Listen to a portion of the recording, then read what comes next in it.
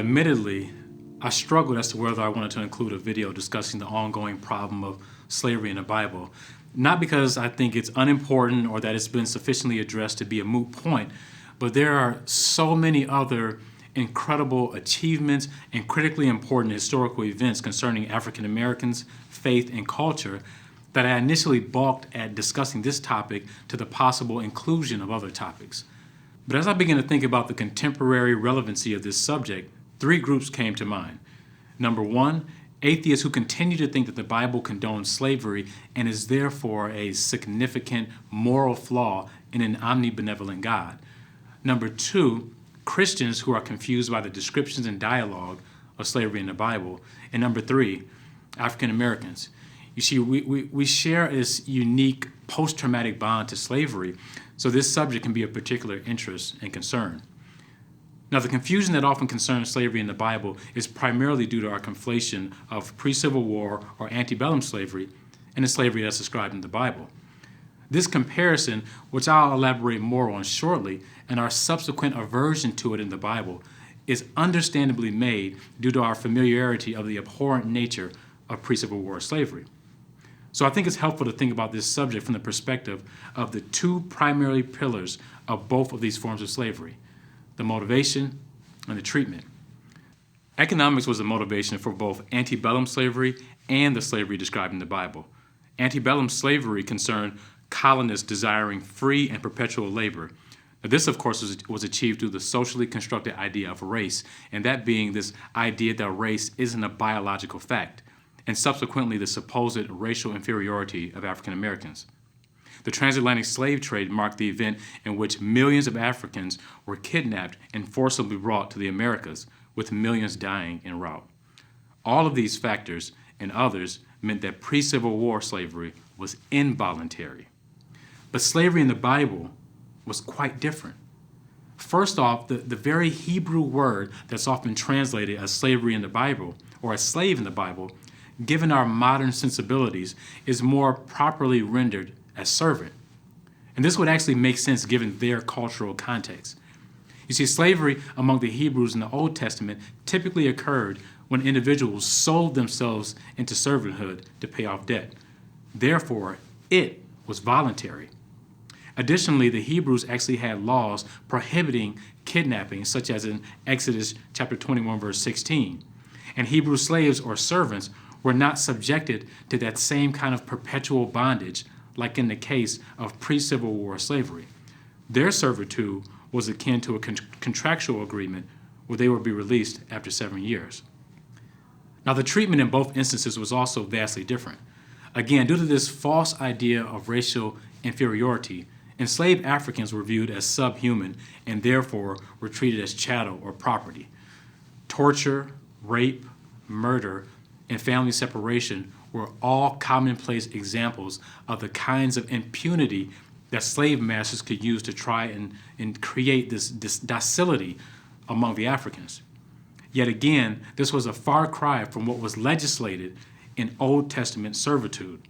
The book of Leviticus, for example, notes that the master is to treat his slave as a yearly servant and is not to rule ruthlessly over him.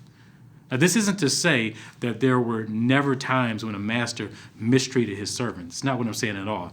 But the point is that if any such treatment did occur, it was deemed as morally unacceptable, and there are various Old Testament laws that will support this idea.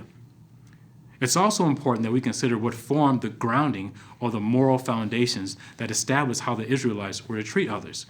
Number one, this uniquely Judeo-Christian notion that all human beings are made in the image of God, which means that in spite of one's social status or ethnicity, we are all of equal worth and value because we were made to be like God, but not the same as God.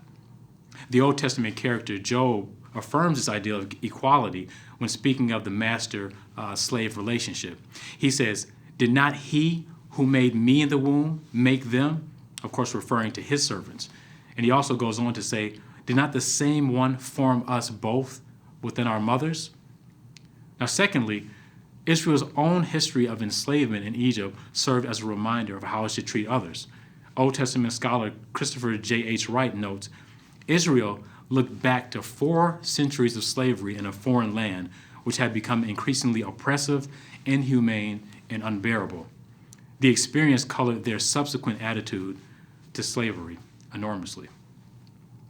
Now, there's much, much more that can be said about this topic. There's the question of non-Hebrew slaves, and there's instances of slavery in the New Testament, such as the book of Philemon. Now, some of these I've addressed in an article in the description to this video. And in the future, I plan on writing more specifically about some of the really challenging Old Testament passages. But instead of going into those, I'd rather spend an additional moment giving an important postscript to this discussion, particularly in light of this being Black History Month. I want to really encourage all the viewers to take the time to read some of the narratives from enslaved Africans during the antebellum period. They were victimized by the perversion of many biblical texts by slave masters and ministers in order to substantiate their subservient role and rooted in this divine mandate. Yet instead of merely adopting the heinous interpretation of racial inferiority, the enslaved Africans often noticed an incongruity in the messages between what the master or minister conveyed and what they came to discover in the texts themselves. So although they had been psychologically traumatized, many enslaved Africans such as Frederick Douglass, Harriet Jacobs, and Olaudah Equiano discerned that this message of predestined African inferiority was simply false. So if anyone had reason to question the moral aptitude of the God of the Bible, it was those enslaved Africans. Now also, the slave narrative served to humanize the enslaved Africans during that period. They were real people with thoughts and feelings and intellect, and their narratives possess a wealth of stories and reflections that not only provide us insight into their thoughts on this subject, but also further connects them to the contemporary reader. As the distinguished African-American theologian, writer, and social activist Howard Thurman aptly noted, by some amazing but vastly creative spiritual insight, the slave undertook the redemption of a religion that the master had profaned in his midst.